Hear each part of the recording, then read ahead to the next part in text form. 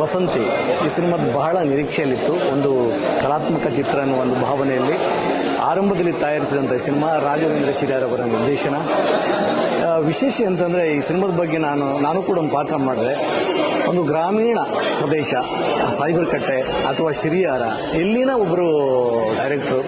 ಅವರು ಹಲವಾರು ಕಿರುಚಿತ್ರವನ್ನು ಈಗಾಗಲೇ ಮಾಡಿದವರು, ಪ್ರಶಸ್ತಿಗಳನ್ನು ಪಡೆದವರು. ಆದರೆ ಒಂದು ದೊಡ್ಡ ಚಿತ್ರ ಮಾಡಬೇಕು, ದೊಡ್ಡ ಸಿನಿಮಾ ಮಾಡಬೇಕು ಅನ್ನೋ ಆಸೆಯಲ್ಲಿ ಅವರು ಮಾಡಿದಂಥ ಈ ಸಿನಿಮಾ.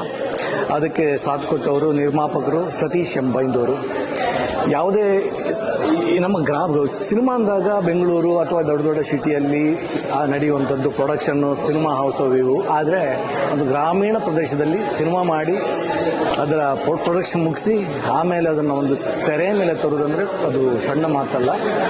ಆ ಬಗ್ಗೆ ನಾನು ಭಾಳ ಹೆಮ್ಮೆ. ಯಾಕಂದರೆ ನಮ್ಮೂರಲ್ಲೇ ಒಂದು ಚಿತ್ರ ತಯಾರಾಯಿತು. ಅದಕ್ಕೆ ಸಾಥ್ ಕೊಟ್ಟಂಥ ಪ್ರೊಡ್ಯೂಸರ್ ಆಗಿರ್ಬೋದು, ಅವ್ರನ್ನ ಅನ್ನದಾತರು ಅಂದ್ಕೊಳ್ಬೋದು. ಯಾಕಂದರೆ ಯಾವ ಮಟ್ಟದಲ್ಲಿ ಒಂದು ಸಿನಿಮಾ ಮಾಡಿಕೊಂಡು ಅದನ್ನು ರಿಲೀಸ್ ಮಾಡುವ ಮಟ್ಟಕ್ಕೆ ತಂದಿದ್ದು ತುಂಬ ಖುಷಿ. ವಸಂತಿ ಅಂತ ಒಂದು ಸಿನಿಮಾ, ಈ ಹೆಸರು ಟೈಟ್ಲ್ ಹೇಳ್ದಂಗೆ ಭೂಮಿ ಶೆಟ್ಟಿ ಅವರು ಒಂದು ಮುಖ್ಯ ಭೂಮಿಕೆಯಲ್ಲಿ ನಟಿಸಿರುವಂಥ ಚಿತ್ರ. ಇದು ಒಂದು ಸ್ತ್ರೀ ಪ್ರಧಾನ ಚಿತ್ರ.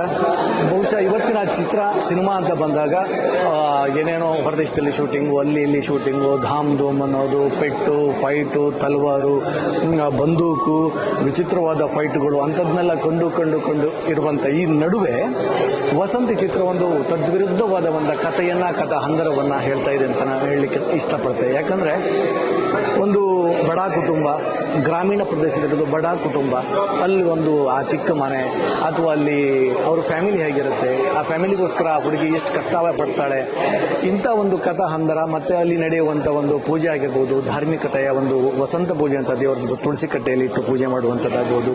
ಆಮೇಲೆ ಒಂದು ನಾಗದೇವರ ಪೂಜೆ ಅಂತ ಏನು ಬರುತ್ತೆ ಅದು. ಸೊ ಎಲ್ಲದರ ಒಟ್ಟಿನ ಒಂದು ಪ್ಯಾಕೇಜೇ ವಸಂತಿ.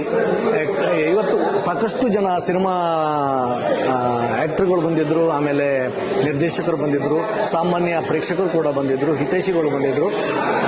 ಭಾರತ್ ಸಿನಿಮಾಸ್ ಏನು ಒಂದು ಬುಕ್ ಮಾಡಿದ್ದಾರೆ, ಫುಲ್ ಹೌಸ್ಫುಲ್ ಆಗಿತ್ತು. ಜೊತೆಗೆ ಇಡೀ ಸಿನಿಮಾ ನೋಡಿ ಕೊನೆಗೆ ಉಳಿದಿದ್ದೊಂದು ಮೌನ.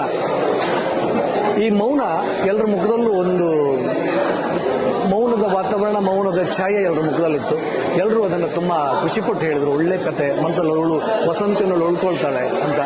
ಜೊತೆಯಲ್ಲಿ ನಾನು ಇನ್ನು ಅನೇಕ ಪ್ರಬುದ್ಧ ಕಲಾವಿದರು, ಪ್ರಭಾಕರ್ ಕುಂದರ್ ಇರ್ಬೋದು, ಪ್ರತಿಮಾ ನಾಯಕ್ ಅವರು ಇರ್ಬೋದು, ಭಾಸ್ಕರ್ ಮಣಿಪಾಲ್ ಅವರು ಇರ್ಬೋದು, ಹೀಗೆ ತುಂಬ ದೊಡ್ಡ ಕಲಾವಿದರ ದಂಡು ಚಿತ್ರದಲ್ಲಿ ಅಭಿನಯಿಸಿದ್ದೀವಿ. ಹಾಗಾಗಿ ಈ ಒಂದು ಚಿತ್ರಕ್ಕೆ ನೀವೆಲ್ಲ ಸಪೋರ್ಟ್ ಕೊಡಿ. ನಮ್ಮ ಕುಂದಾಪುರ ಕನ್ನಡ ಭಾಷೆಯ ಚಿತ್ರ, ಹಾಗಾಗಿ ಎಲ್ಲರೂ ಸಪೋರ್ಟ್ ಕೊಟ್ಟು ಈ ಚಿತ್ರವನ್ನು ಇನ್ನೂ ಹೆಚ್ಚಿನ ಜನ ನೋಡುವ ಹಾಗೆ ತಾವುಗಳು ಈ ಸುದ್ದಿಗಳನ್ನು, ವಿಚಾರಗಳನ್ನು, ಸಿನಿಮಾದ ವಿಚಾರವಾಗಿ ಬರುವಂಥ ಎಲ್ಲ ಮಾಹಿತಿಯನ್ನು ಶೇರ್ ಮಾಡುವುದರ ಮೂಲಕ ತಂಡಕ್ಕೆ ಬೆಂಬಲ ಕೊಡಿ. ಮತ್ತೊಮ್ಮೆ ರಾಘವೇಂದ್ರ ಶಿರಿಯಾರ್ ಮತ್ತು ಸತೀಶ್ ಎಂ ಬೈಂದೂರು ಇವರಿಗೆ ನನ್ನ ಕಡೆಯಿಂದ ಶುಭ ಹಾರೈಕೆಗಳು. Good luck.